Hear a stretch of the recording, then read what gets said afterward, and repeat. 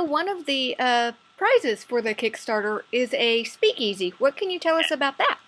Well, what I can tell you is that my friends Danny Carey and Jenny Kidd both did beach parties, and they were extraordinarily successful.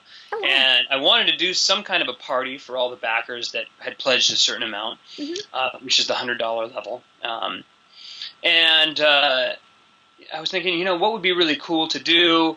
And it just for whatever reason, the speakeasy came to mind, and I thought, my friend Tim Gill has like a 30s band, the Gin Mill Grifters, and they're going to come play, and we can swing dance and Oh, have some awesome. themed drinks. Yeah, well, it's at a dance studio, so I Oh, just went and that'll be scoped out great. the location last night, so it's going to be very cool. And we're going to have a strolling magician as well, doing close-up magic. Oh, And awesome. I know, right? I love magic. And yeah, it's just going to be a very fun night. Well, that's interesting because it's so unique. It's opposite of a lot of promotional prize giveaways because they're all great and good, but sometimes the mundane gets too typical, if you will. So it was very interesting to see that. Yeah. That is awesome. I gotta get some dancing shoes on, of course, because now you just said we were gonna swing dance.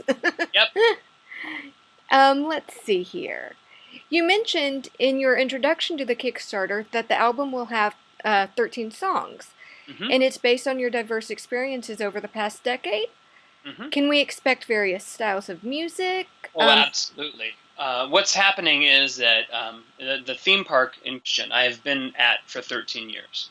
Mhm. And for each of those years, I decided I'd do a song. And each song is about a various aspect of my greater experience at that park. Whether it has to do with that park or the fans or just other things about that company in general. Mhm. Just basically observations, but they're told in parables. So, for instance, one of the parables is about a ship's captain that was mutinied by a greedy crew and turned into an armada of ships taking over the ocean. So Mhm. that song on the album will be a sea shanty because that's what the parable is. Mhm. Uh, so far on the album, we've got a sea shanty. There's a sort of Foo Fightery rock song. There's a circus Oh, wow. song. There's a John Mayer pop thing. There's a Chet Baker kind of jazz quartet kind of thing. There's there's a Motown song.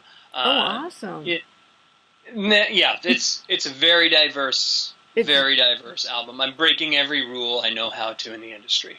Do you like breaking the rules when it comes to all this? Absolutely. Awesome. Yeah. Rules are meant to be broken. um, I know you also mentioned that you're taking a risk by letting go and not micromanaging, allowing other artists to collaborate and have input on this particular album.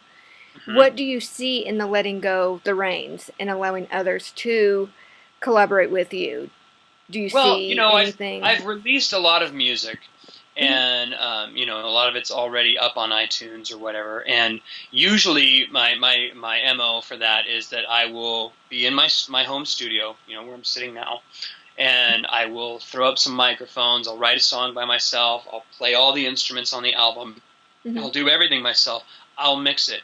I'll master it, and it's this homogenous kind of Dan sound.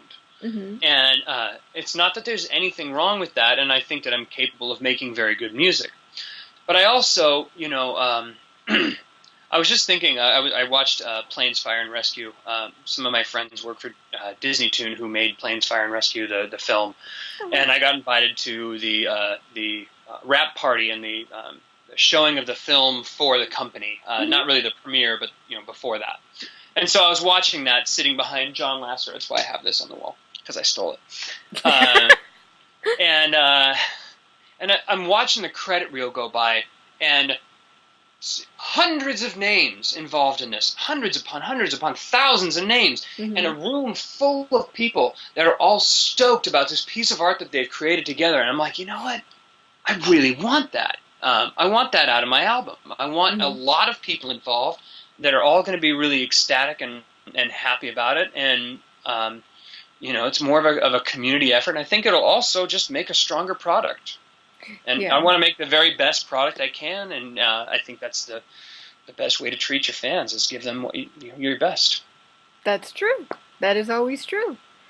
If you were told right now you had the means to use any studio whatsoever, is there a particular studio you would like to record in?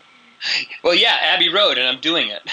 Awesome. Yeah, I just wired them money yesterday, so that's happening in January 16th. That'll be awesome. And we have our date at Abbey Road, and we're going to even record on the Mrs. Mills piano, the Lady Madonna piano, and Wow. drums in there. The last song in the album is going to be just mandolin and vocal, and we're going to record it with a live mix straight to half-inch tape at Abbey Road, and that's going to go straight to the mastering engineer. So Awesome. it's going to be an incredible trip. I'm really looking forward to it. And also, another studio that I want to record at is Ocean Wave, so I'm going to, and that's already in the budget as well. And so this project is all about fulfilling bucket list items, not just for me, but for my friends that would never be able to record in these places otherwise. That is awesome. And Yeah. that just goes back to giving back for what you already have, as well as accomplishing your personal goals, which is pretty darn awesome. Yeah. Okay, now we're going to change it up a bit because I've got some quick fire questions for you. Sure. So, yes or no, or elaborate if you want. Mhm. Taylor or Katie? Blah. Both? Okay. Favorite That's animal? my answer. Oddly enough, probably Katie. Probably Because at Katie. least she knows what she's selling, and she knows that she's selling a product. What do you not prefer about Taylor? I'm not a big fan of people that use songwriting devices that I consider cheap shots, like repetition.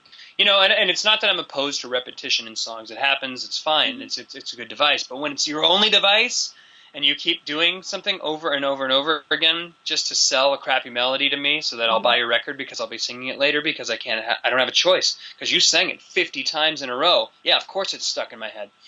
Yeah. I think that's a cheap shot. And I think that especially on her more recent efforts, she's been using that more and more.